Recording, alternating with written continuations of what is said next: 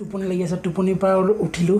তো এতিয়া টাইম হৈছে ৰাতি 12:30 আৰু মই ভিডিঅ'টো যিটো ভিডিঅ' আৰম্ভ কৰিছোঁ না, হয়তো আপোনালোকে বিশ্বাসেই নকৰিব, কিন্তু মই আপোনালোকক প্ৰুফ দিম। আৰু বহুত বেছি টোপনি লাগি আছে, যি কি নহওক ভিডিঅ'টো আজিয়ে যিহেতু ঘটনাটো ঘটিছে আৰু এতিয়া ৰাতি প্ৰায় 12:30 বাজিছে, হয়তো মই ক'লে বিশ্বাস নকৰিব, সেইকাৰণে অলপমান স্ক্ৰীন ৰেকৰ্ড থৈ দিছোঁ, সেইবিলাক আপোনালোকক দেখাম। আৰু প্ৰথমতে দেখাই লওঁ।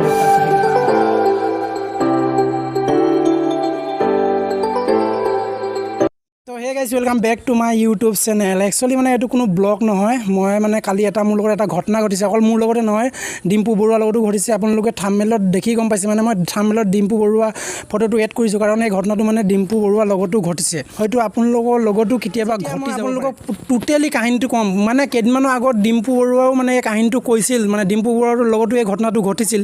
আৰু এইটো ডিম্পু বৰুৱাই কিন্তু কোনো ধৰণৰ মানে তেনেকুৱা স্ক্ৰিপ্টবিলাক দেখুওৱা নাছিল বা প্ৰুফ দিয়া নাছিল, কিন্তু মই আপোনালোকক সম্পূৰ্ণ প্ৰুফ দিম, মানে কেনেকৈ মানুহক ব্লেকমেইল কৰে।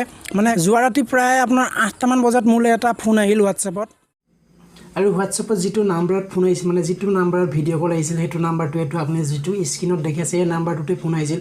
আৰু ফোনটো মই ৰিচিভ কৰিলোঁ, আৰু ৰিচিভ কৰাৰ পাছত এজনী ছোৱালী ওলালে, আৰু ছোৱালীজনীয়ে ক'লে যে হেল্ল' আপ কেছে, এনেকৈ হিন্দীত কিবা কিবি কৈছে, আৰু তো মই চব হিন্দীতে কৈছোঁ।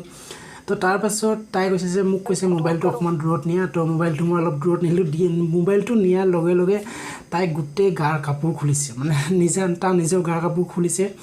আৰু ফোন কৰিলে, তাৰপিছত কৈছে যে মোৰ কাপোৰ খুলিব লাগে এবাৰ। মানে মই কৈছোঁ মোৰ কাপোৰ নুখোলোঁ, মই কৈছোঁ মই কিয় মোৰ কাপোৰ খুলিম। তাই কৈছে যে তেনেহ'লে মই তোমাক ব্লক কৰি দিম, আৰু যদি মই কাপোৰ খুলি কিনে মোৰ গুপ্ত অংগবিলাক দেখাওঁ, মানে তেতিয়া মানে তাই কৈছে যে মই সদায় ফোন কৰিম। মই কৈছোঁ নালাগে সদায় ফোন কৰিবলৈ, মোক ব্লক কৰিলেও কৰ, আৰু ফোন কাট, মোলৈ ফোন কৰি নাথাকিবা নাই বুলি ক'লোঁ।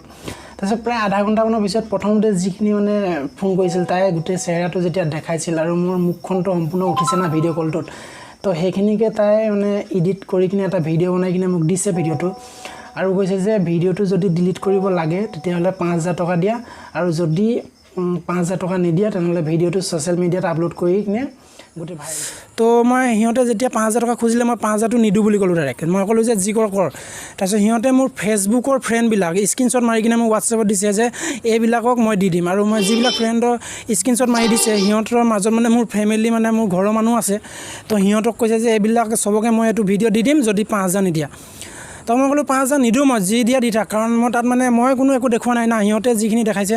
তো ভিডিঅ'টোৰ লগত কিন্তু কিবা কিবি এডিট চেডিট কৰি কিনে আপোনালোকক মানে অকণমান বেলেগ ভয় খোৱা টাইপত দিছে।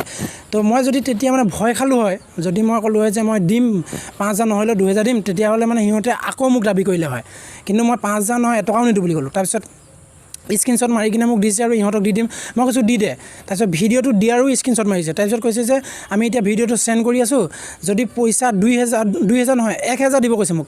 1,000 যদি পইচা দিয়া তেতিয়াহ'লে আমি ভিডিঅ'টো ইমানতে ৰখাই দিম, ভিডিঅ'টো ডিলিট কৰি দিম। যদি পইচা নিদিয়া তেতিয়াহ'লে ভিডিঅ'টো আমি ভাইৰেল কৰি দিম। তো মই কৈছোঁ যি কৰা কৰি থাক, যি কৰা কৰি থাক বুলি কোৱাৰ পিছত দুটামান নম্বৰ ফোন কৰিছে। প্ৰথম যিটো নম্বৰত হোৱাটছএপত ফোন কৰিছিল, সেইটো নম্বৰ মই অলৰেডি ব্লক কৰি দিছোঁ, আৰু মোৰ ফেচবুকটো মই ডিএক্টিভেট কৰি দিছিলোঁ। তাৰপিছত সিহঁতে মানে বেলেগ নম্বৰৰ পৰা ফোন কৰিছে, ভাইৰেল কৰি দিম, কিবা কৰি দিম, সেইবিলাকে বকি আছে। কিন্তু মই একো পইচা একো নিদিলোঁ, মানে কাৰণ এনেধৰণৰ ভিডিঅ' মানে যিবিলাক সিহঁতি ভিডিঅ' ৰেকৰ্ড কৰে, সেই ভিডিঅ'বিলাক ইউটিউবত দিব নোৱাৰে, ইউটিউব গাইডলাইনৰ বাহিৰত, আৰু ফেচবুকতো দিব নোৱাৰে, কাৰণ এইবিলাক ফেচবুক হওক ইউটিউব হওক সেইবিলাকত ক'তো চেণ্ড কৰিব নোৱাৰে, ভাইৰেল কৰিব নোৱাৰে। কাৰণ যদি ফেচবুকত দি দিয়ে, সেইটো ভিডিঅ' প্ৰায় আপোনাৰ 24 ঘণ্টা 12 ঘণ্টা, হয়তো 2 ঘণ্টাটো ডিলিট হৈ যাব, আৰু ইউটিউবততো লগালগ ডিলিট হৈ যাব, 5 মিনিটতে সেইটো ভিডিঅ' ডিলিট হৈ যাব, কাৰণ সিহঁতে সেইটো ভিডিঅ' ভাইৰেল কৰিব নোৱাৰে। আৰু আপোনালোকে মানে আপোনালোকৰ লগত যদি এনেকুৱা ঘটনা ঘটে, তেতিয়াহ'লে আপোনালোকে পইচা নিদিব। আৰু মই আপোনালোকক সম্পূৰ্ণ প্ৰুফ দেখাইছোঁ যে কেনেকৈ ফোন কৰিছে, আৰু গোটেই মানে স্ক্ৰীণ ৰেকৰ্ডটো মই কৰি থৈছোঁ, কিন্তু আপোনালোকক দেখাব নোৱাৰিম, কাৰণ কমিউনিটি গাইডলাইন আহি যাব। তো সেইকাৰণে আপোনালোকক গোটেই স্ক্ৰীণ ৰেকৰ্ডটো মই দেখাই দিয়া নাই, তথাপি অলপ চলপ আপোনালোকক দেখাই দিছোঁ, হয়তো আপোনালোকে বুজি পাইছেই। জাষ্ট ইনফৰমেশ্যন দিব বিচাৰিছিলোঁ, আপোনালোকক দিলোঁ।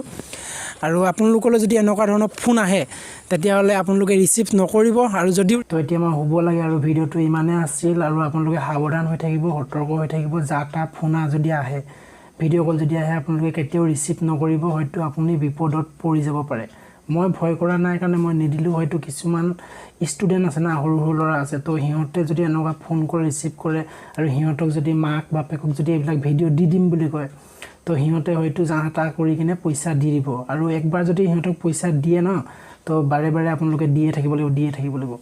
তো মই ভাবোঁ যে এনেকুৱা ফোন আহিলে ৰিচিভে নকৰিব, আৰু যদি আপুনি ৰিচিভ কৰি পায় তেনেহ'লে পাতলে কাটি দিব। আৰু এইবিলাক ফোন প্ৰায় হোৱাটছএপতে আহে, আৰু এইবিলাকত টাৰ্গেট ল'ৰা মানুহ, ছোৱালী মানুহক এইবিলাক ফোন নকৰে, এইবিলাক ডাইৰেক্ট টাৰ্গেটটো ল'ৰাকে কৰে। তো আজিলৈ বাই বাই।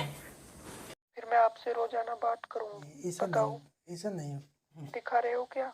नहीं, ब्लॉक कर दो फिर आपको। जो भी करना है करो।